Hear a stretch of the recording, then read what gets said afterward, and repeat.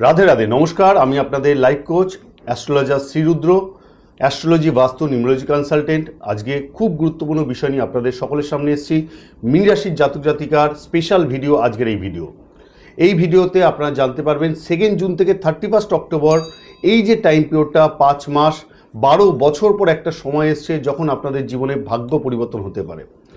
অর্থাৎ এই কথাটা শুনলে অনেকের একটু কেমন লাগবে, কিন্তু যদি পুরো আপনি ভিডিও মন দিয়ে শুনেন তাহলে আশা করি বুঝতে সুবিধা হবে। যারা বৈদিক জ্যোতিষশাস্ত্র বিশ্বাস করেন, বিলিভ করেন, শুধু তাদের উদ্দেশ্যে আমি বলবো, অবশ্যই ভাগ্য কিন্তু আপনাদের পরিবর্তন হবে। আপনারা প্রত্যেকেই জানেন দেবগুরু বৃহস্পতি আপনাদের রাশিয়াধিপতি লর্ড। 12তম রাশি মীন রাশি কালপুরুষ কুণ্ডলিতে সেই মীন রাশি রাশিয়াধিপতি লর্ড দেবগুরু বৃহস্পতি, যাকে আমরা সবথেকে শুভ প্ল্যানেট বলে থাকি, যে সমস্ত গ্রহের দেবতা বলা হয়ে থাকে সেই দেবগুরু বৃহস্পতি, যে দেবতার গুরু বলা হয়ে থাকে, সব থেকে শুভ, যার অবস্থান যে হাউসে থাকে সেই হাউসে তো বৃদ্ধি করায়, সমৃদ্ধি ঘটিয়ে থাকে, অর্থাৎ হানি করায় না, এবং যার দৃষ্টিকেও আমরা অমৃত দৃষ্টি বলে থাকি। অর্থাৎ দেবগুরু বৃহস্পতি যে স্থানে অবস্থান করে সেখান থেকে যে হাউসগুলোতে দৃষ্টি দেয় সেই ভাবকে কিন্তু সমৃদ্ধি করে। এছাড়া মীন লগ্নের ক্ষেত্রে যোগ কারগ্রহ দেবগুরু বৃহস্পতিকে বলা হয়ে থাকে। সেই দেবগুরু বৃহস্পতি আপনাদের রাশিচক্রে, অর্থাৎ এই যে ট্রানজিটটা হচ্ছে এই ট্রানজিটে দেবগুরু বৃহস্পতি অবস্থান পঞ্চমভাবে থাকবে। অর্থাৎ আমরা অতীতে দেখেছি 11ই মার্চ দেবগুরু বৃহস্পতি বকরি থেকে ডাইরেক্ট হয়েছে অতিচারী অবস্থায়। সেই দেবগুরু বৃহস্পতি 2 জুনে উদিত অবস্থায় পঞ্চমভাবে অবস্থান করবে, চন্দ্রমার ঘরে অবস্থান করবে। চন্দ্রমাকে মাতৃকারক বলা হয়ে থাকে। সেই চন্দ্রমার ঘরে অর্থাৎ কর্কট রাশি ঘরে দেবগুরু বৃহস্পতি এক্সল্টেড অবস্থায়, উচ্চ অবস্থায় বিরাজ করবে। এই সময় কিন্তু খুব বলশালী হবে। এক্ষেত্রে কিন্তু দেবগুরু বৃহস্পতি অবস্থান পঞ্চমভাবে থেকে ভাগ্য ভাবকে দেখবে। আপনাদের জীবনে একটা আমূল পরিবর্তন আসবে। যারা এই চ্যানেল নতুন আছেন তাদের আমি রিকোয়েস্ট করব অবশ্যই সাবস্ক্রাইব করুন। অন্তিমে আমার আলোচনা ভালো লাগলে লাইক এবং শেয়ার করতে অবশ্যই ভুলবেন না। পুরো ভিডিও স্কিপ করে দেখবেন না, অবশ্যই পুরো ভিডিও মন দিয়ে দেখুন। বৈদিক জ্যোতিষ যারা বিলিভ করেন অবশ্যই আশা করি বুঝতে পারবেন এই ট্রানজিট 12 বছর পর ট্রানজিট হচ্ছে। কারণ দেবগুরু বৃহস্পতি আমরা প্রত্যেকেই জানি সব থেকে বৃহৎ প্ল্যানেট বলা হয়ে থাকে। সেই দেবগুরু বৃহস্পতি একটা রাশিঘর থেকে একটা রাশিঘরে শিফট করতে 1 বছর সময় লাগে। অর্থাৎ 12 বছর পর চন্দ্ররাশির ঘরে অর্থাৎ কর্কট রাশির ঘরে দেবগুরু বৃহস্পতি অবস্থান হয়েছে। আবার 12 বছর পরে এই সুযোগ আসবে। অর্থাৎ আমরা প্রত্যেকেই জানি 1, 5, 9 ধর্মভাব বলা হয়ে থাকে, ধর্ম ত্রিকোণ স্থান বলা হয়ে থাকে। এই ধর্ম ত্রিকোণ স্থানে দেবগুরু বৃহস্পতি অবস্থান এবং ত্রিকোণ ভাবকে অর্থাৎ নবম ভাবকেও দেখছে। তাহলে সেক্ষেত্রে ভাগ্য ভাবকে দেখছে। আমরা প্রত্যেকেই জানি আমাদের যে গ্রহগুলো রয়েছে সব থেকে কারকতা যদি বলা যায়, সব থেকে বেশি কারকতা যদি বলা যায় তাহলে দেবগুরু বৃহস্পতিকে দেওয়া হয়েছে। আমরা প্রত্যেকেই জানি দেবগুরু বৃহস্পতি বিদ্যার কারক গ্রহ, জ্ঞানের কারক গ্রহ, সন্তানের কারক গ্রহ, ভাগ্যের কারক গ্রহ, সমৃদ্ধির কারক গ্রহ। সেই দেবগুরু বৃহস্পতি পঞ্চমভাবে অবস্থান করছে। আবার আপনাদের দশম লর্ড অর্থাৎ কর্মেশও কিন্তু আপনাদের দেবগুরু বৃহস্পতি। সেই কর্মেশ তার নিজের স্থান থেকে অষ্টমভাবে অবস্থান করছে। অর্থাৎ ফার্স্ট হাউস থেকে পঞ্চমে যখন দেবগুরু অবস্থান করছে, আবার ঘুরিয়ে দেখতে গেলে দশমের কর্মের লর্ড পঞ্চমভাবে অবস্থান, অর্থাৎ নিজের ভাব থেকে অষ্টমভাবে অবস্থান, অর্থাৎ কর্মভাব থেকে অষ্টম কানেকশান তৈরি করছে। আবার ফার্স্ট হাউস থেকে পঞ্চমে একটা কানেকশান তৈরি হচ্ছে। অর্থাৎ কর্মের ক্ষেত্রে যে অবস্ট্যাকেল, আমরা প্রত্যেকেই জানি অষ্টম ভাব অবস্ট্যাকেল ভাব, এই অবস্ট্যাকেল ভাব কিন্তু আপনার কেটে যাবে। 2 জুন থেকে এমন একটা টাইম আপনারা পাচ্ছেন দীর্ঘ সময় 5 মাস, অর্থাৎ 2 জুন থেকে 31 অক্টোবর পর্যন্ত কর্মের ক্ষেত্রে একটা সাফল্য আসবে, ভাগ্যের ক্ষেত্রে একটা চূড়ান্ত পরিবর্তন আসবে। কারণ পঞ্চমে অবস্থান করে ভাগ্য ভাবকে দেখছে। দেবগুরু বৃহস্পতি যেই স্থানে অবস্থান করে সেই স্থানে তো বৃদ্ধি ঘটায়, সেই স্থানে সমৃদ্ধি ঘটায়। যেই হাউসে তার দৃষ্টি থাকে সেখানেও কিন্তু তার অমৃত দৃষ্টি হয়ে থাকে। অর্থাৎ যে হাউসে তার দৃষ্টি পড়বে সেই ভাবগুলো কিন্তু জাগৃত করবে, তার পজিটিভ এনার্জি আপনারা পাবেন, পজিটিভ ভাইব্রেশন আপনারা পাবেন। অর্থাৎ ভাগ্য ভাবকে যখন দেখছে দেবগুরু বৃহস্পতি তখন ভাগ্যের ক্ষেত্রে একটা আমূল পরিবর্তন হবে। লাভ স্থানে দেবগুরু বৃহস্পতির দৃষ্টি আছে, জীবনের চরমতম লাভ, চরমতম ইচ্ছা পূরণ, মনের ইচ্ছা আপনারা পূরণ করতে পারবেন। এই যে টাইম পিরিয়ডটা বললাম 2 জুন থেকে 31 অক্টোবর পর্যন্ত, দেবগুরু বৃহস্পতি আপনাদের লগ্নের হয়ে আপনাদের লগ্ন ভাবকে দেখছে, অর্থাৎ ফার্স্ট হাউসকে দেখছে, দেহ ভাবকে দেখছে, নেচারকে দেখছে। জীবনের ক্ষেত্রে একটা আমূল পরিবর্তন আপনারা লক্ষ্য করতে পারবেন। এই নিয়ে বিস্তর আজকে আলোচনা করব। প্রথম আমরা দেখে নেব দেবগুরু বৃহস্পতি কোথায় অবস্থান করছে, পঞ্চমভাবে অবস্থান করছে। দেবগুরু বৃহস্পতি বিদ্যার কারগ্রহ, আমি পূর্বেই আলোচনা করেছি।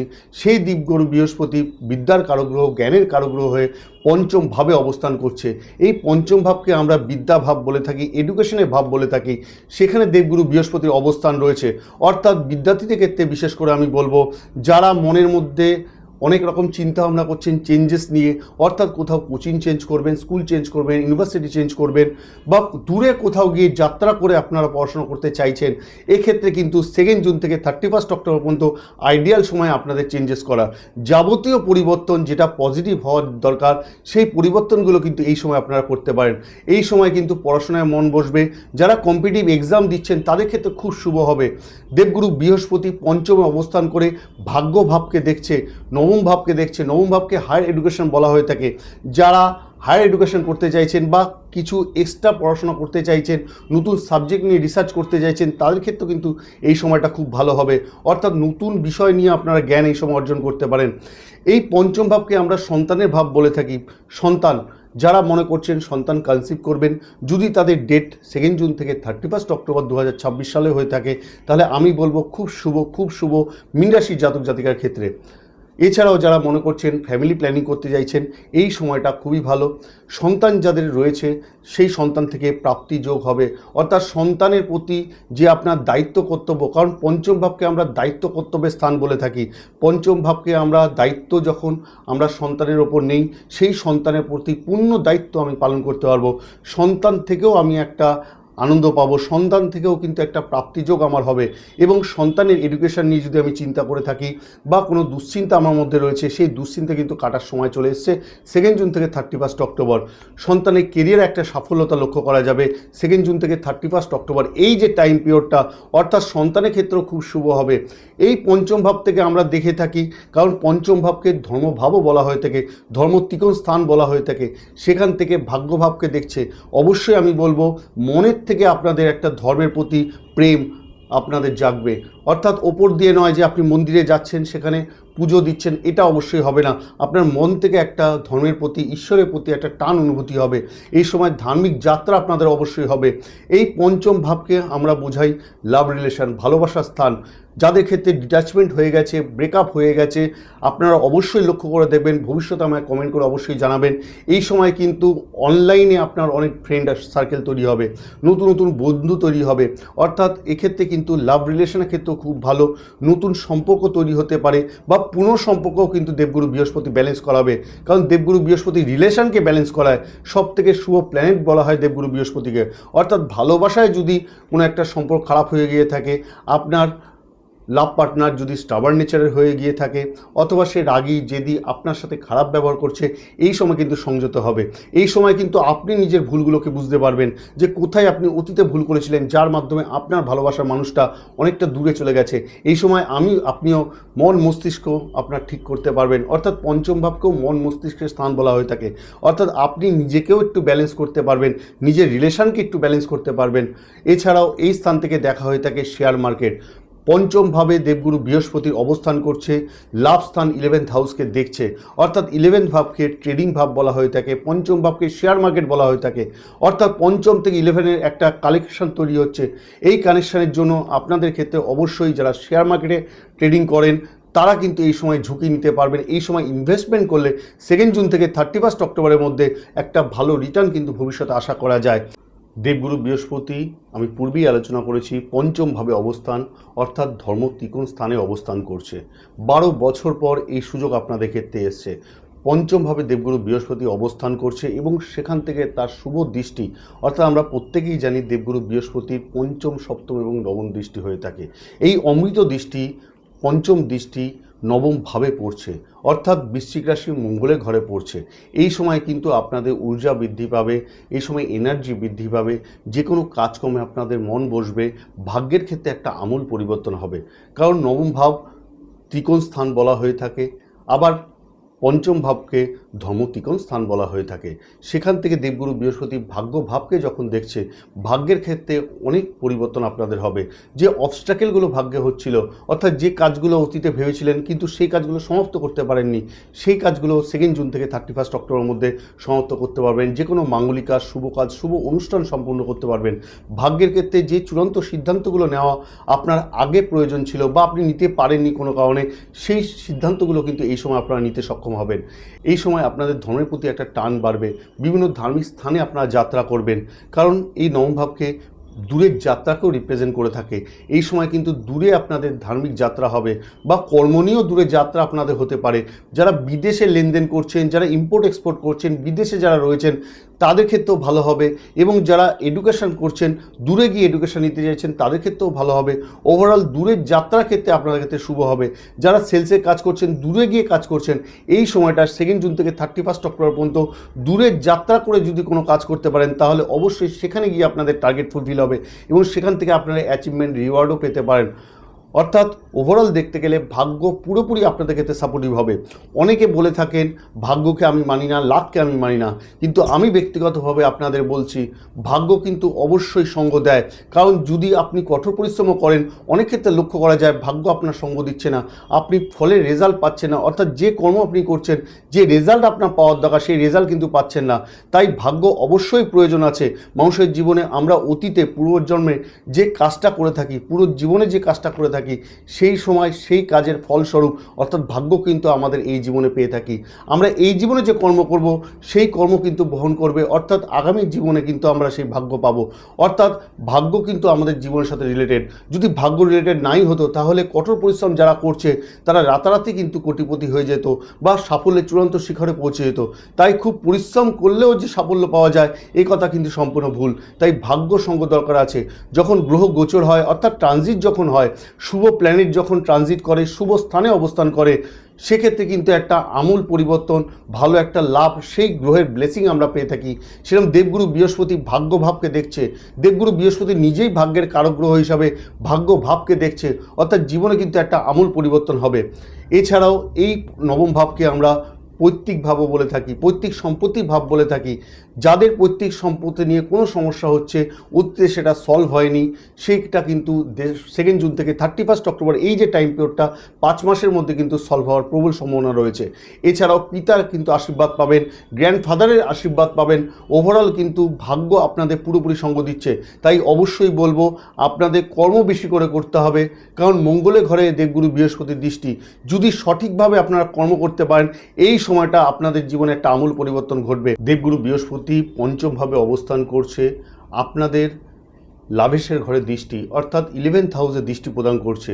11th হাউস হলো মকর রাশি ঘর, শনির ঘর। দেবগুরু বৃহস্পতির দৃষ্টি লাভেশের ওপর থাকছে, অর্থাৎ 11th হাউসে যেখানে লাভ স্থান বলা হয়ে থাকে, উন্নতির স্থান বলা হয়ে থাকে, মনের ডিজায়ারের স্থান বলা হয়ে থাকে, সেই ইচ্ছাপূরণের স্থানে কিন্তু দেবগুরু বৃহস্পতির দৃষ্টি পড়ছে। এবার কিন্তু যাবতীয় ভালো আপনাদের জীবনে ঘটতে চলেছে 2 জুন থেকে 31 অক্টোবর পর্যন্ত। এই সময় আয় বৃদ্ধি পাবে। কোথাও যদি টাকা আটকে গিয়ে থাকে দীর্ঘদিন ধরে, সেই টাকা আপনি বের করতে পারছেন না, সেই টাকা পসিবল হচ্ছে না আপনার বের করা, আপনার সম্ভব হচ্ছে না সেই টাকা আপনি ইউজ করবেন, এখন কিন্তু সেই পুরনো টাকা আপনার কাছে ফেরত আসবে। কোনো আটকে থাকা টাকা অর্থাৎ আপনার কাছে ফেরত আসবে। এই সময় কিন্তু আয়ও বৃদ্ধি পাবে, এই সময় স্যালারি বৃদ্ধি পাবে, এই সময় ইনক্রিমেন্ট হবে। অফিসে বসের সাথে আপনার টিউনিং ভালো থাকবে, অর্থাৎ 11th হাউসকে আমরা বসের স্থান বলে থাকি, বড় ভাইয়ের স্থানও বলে থাকি। অর্থাৎ এই সময় কিন্তু অফিস কলিগদের সাথে যেমন আপনার একটা টিউনিং ভালো হবে, দেবগুরু বৃহস্পতি 11th হাউসের দৃষ্টি প্রদান করে লাইফকে একটা ব্যালেন্স করাবে, ঠিক সেরকমই লাভেশের ঘরে যখন দৃষ্টি থাকবে, অর্থাৎ আপনারা প্রত্যেকেই জানেন যে শনির সাড়ে সাথে দ্বিতীয় চরণে আপনাদের চলছে। 3 জুন 2027 সাল পর্যন্ত এই শনির সাড়ে সাথে দ্বিতীয় চরণ থাকবে, তারপরে 3rd চরণে চলে আসবে। অর্থাৎ শনির সাড়ে সাথে এই যে সময়টা চলছে, সেই লাভের শনি মহারাজ 1st হাউসে বসে রয়েছে এবং সেই শনির ওপরও দৃষ্টি থাকছে, এটা পরে আমি আলোচনা করব। কিন্তু সপ্তম দৃষ্টি, সবথেকে শুভ দৃষ্টি লাভ স্থানে থাকছে, অর্থাৎ আপনাদের জীবনের চরমতম উন্নতি কিন্তু এই সময় ঘটতে চলেছে। অর্থাৎ এই সময় কিন্তু বড় ভাই বোনদের সাথে যদি সম্পর্ক খারাপ হয়ে গিয়ে থাকে, দেবগুরু বৃহস্পতি এই সময় রিলেশনকে ব্যালেন্স করাবে। যারা অ্যাডিকশানে যুক্ত আছেন, বিভিন্ন রকমভাবে স্মোক করছেন, অ্যালকোহল কনজিউম বেশি করে ফেলছেন তাদের উদ্দেশ্যে অবশ্যই আমি বলবো এই সময় দেবগুরু কি বৃহস্পতি বৃদ্ধি কারক গ্রহ, বৃদ্ধি কিন্তু ঘটিয়ে থাকে, অর্থাৎ এই সময় কিন্তু অ্যাডিকশান বৃদ্ধি পেতে পারে। একটু সাবধানভাবে আপনাদের চলতে হবে, কারণ দেবগুরু বৃহস্পতি 11th হাউসে যখন দৃষ্টি প্রদান করছে নেশাগ্রস্ত আরও বেশি করে দিতে পারে। নিজেকে একটু সংযত করতে হবে, জীবনে উন্নতি করবার জন্য নেশা থেকে বিরত থাকতে হবে। এরপর যেটা চলে আসবো দেবগুরু বৃহস্পতির অন্তিম দৃষ্টি, নবম দৃষ্টি।